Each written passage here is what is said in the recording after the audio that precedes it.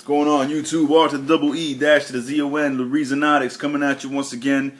This is a direct response and answer to the Big Rot. I remember your name now. That's my dog. You know what I'm saying? He commented again on the last video I made.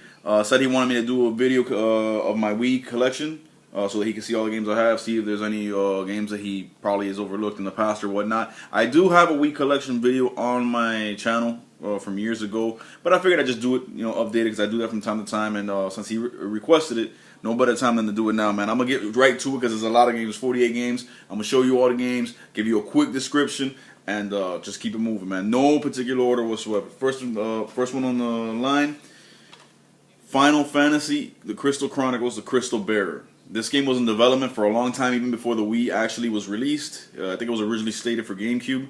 It's a great action-adventure, third-person view type of game. Open worlds, lush environments, very Zelda-like as far as the world goes and the navigation. And you get to use the Wii remote motion controls to control the Crystal Bearer's power. So he can telekinetically pick up stuff with his mind, and you can move it with the Wii remote and nunchuck, and that's a lot of the combat right there. That's how you fight a lot of the enemies.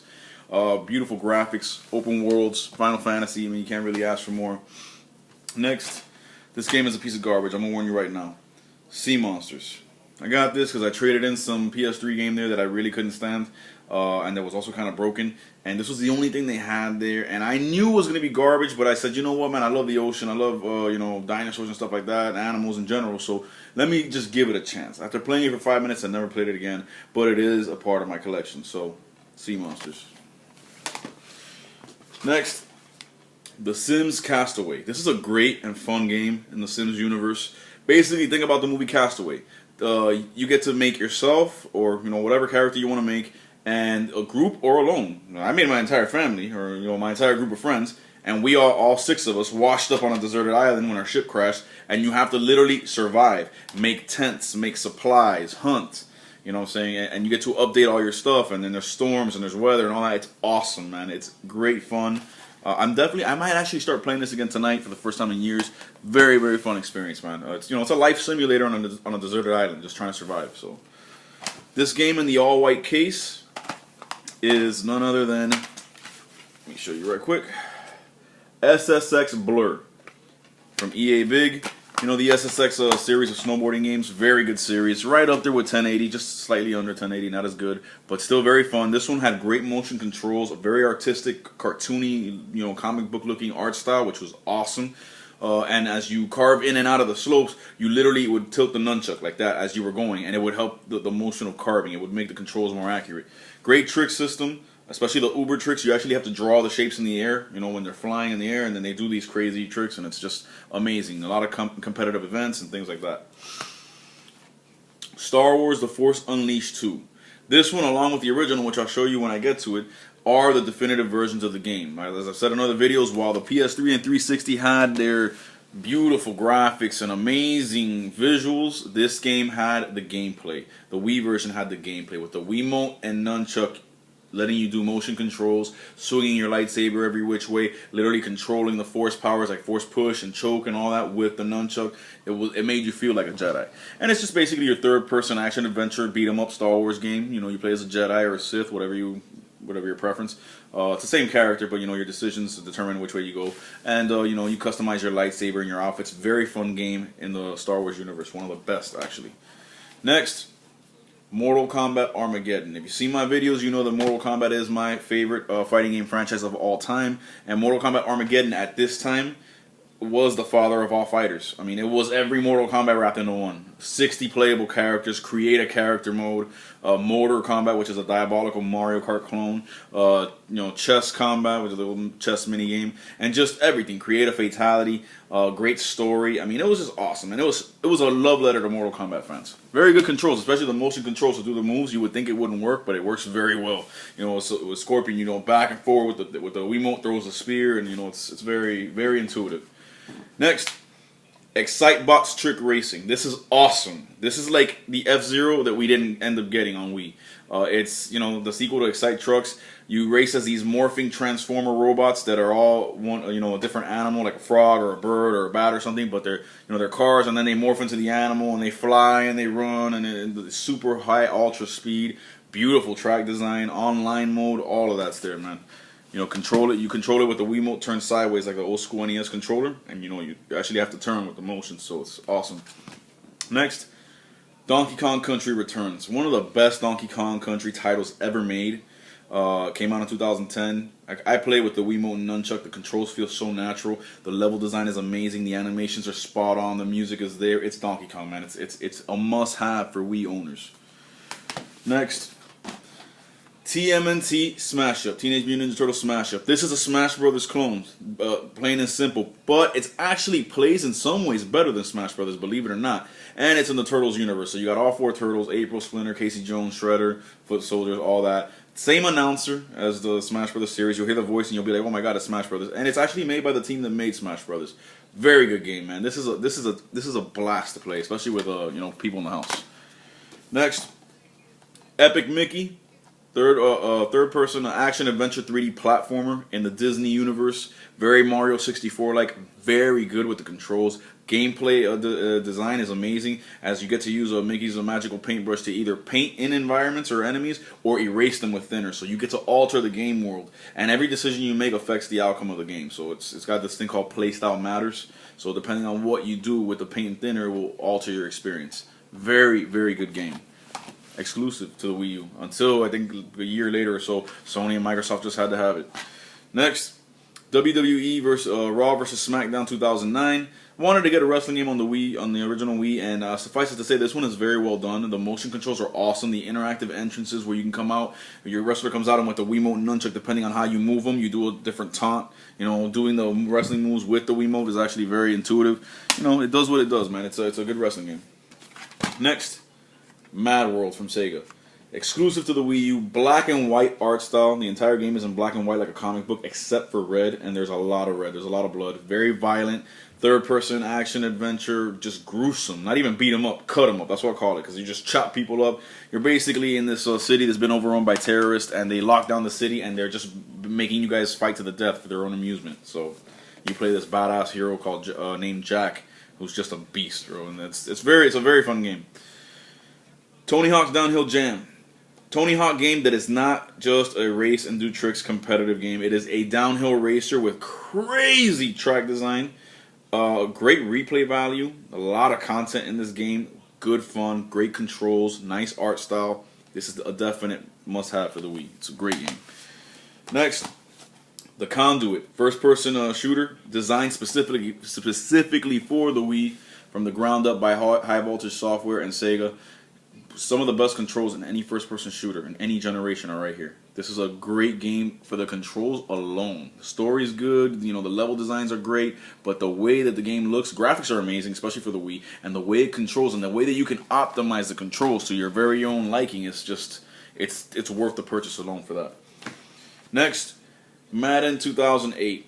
I had to have a football game on the Wii. I really don't like Madden, but I decided to try it. This one was actually the last good Madden they made on the Wii, because it still had the realistic style instead of that new cartoony style they went to in 2009, and it had the motion controls, which just revolutionized the way you play the game. Literally snapping the ball, pump faking, passing the ball downfield, stiff arming, juking, all that was motion based, and it was great. And it had a good online mode too.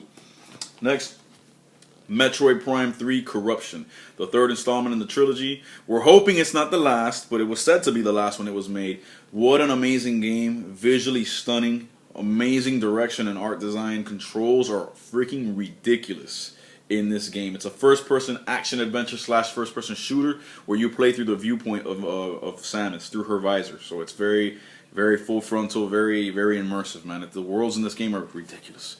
Music is great too. Next, Legend of Zelda Skyward Sword. This is quite possibly the greatest game ever created. This is the definitive motion control experience on any console to this date. It is an amazing Zelda entry in the franchise. Amazing music, visuals, cinematics, gameplay, control. This is an epic. If you have not played this game, you have been sadly deprived and are not a complete gamer. I'll say that straight up to anybody. Next, Super Smash Bros. Brawl. The Smash Bros. Entry on the Wii, chock full of content. An amazing array of characters to pick from and assist trophies, great stages, just great fun. This is a multiplayer madness affair. This is what this is. And there's many control options. GameCube controller, Wiimote and Nunchuck, Wiimote by itself, you know, name it.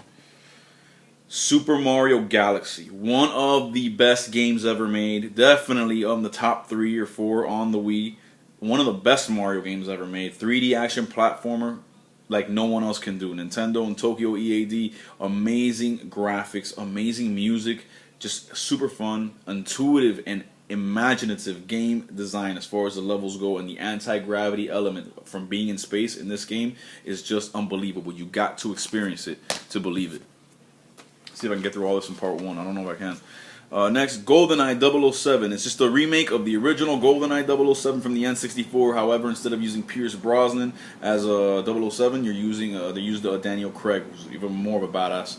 And the graphics are amazing, especially for a Wii title. The production value is through the roof. Voice acting is spot on. Lip syncing with the voices is right there. It makes you feel like they're really talking. Great first-person shooter action going on here. An amazing online mode, very Call of Duty-like. I mean, this is a definite must-have for first-person shooters, first-person shooter fans on the Wii. Next, Ghostbusters, the video game. The Wii version, again, the definitive version, over the prettier high-def versions because of the motion controls, allowing you to use your Wiimote as a virtual proton pack and literally having to zap the ghost and bring them, and literally having with the nunchuck to roll the trap out to catch the ghost. It's a great experience, and the art style is very cartoony, like in the 80s cartoon, so it's a great throwback, man. That's an awesome game. You got to try it. Next, Tatsunoko versus Capcom AllStars. It's your basic versus game in the Capcom universe, and it's exclusive to Wii. Great art design, great look, music, intense action, fast, different control options, great online mode. You know, good stuff, man. Next, Teenage Mutant Ninja Turtles. I got this because I love the movie. I love the CGI movie. I love the Turtles ever since I was a kid. And I thought this game was good. I rented it. I played through it. Only complaint is that it's only one player. You would think a Turtles game would be multiplayer, but it's not. But it follows the movie very well. Does some extra stuff that the movie doesn't do as far as storytelling. And it's a good Turtles game. One of the better ones in a long time. Next, Marvel Ultimate Alliance. I got this on launch day. It's your basic. It's basically part 3 to X-Men Legends. It's the same game engine, the same design, the same flow.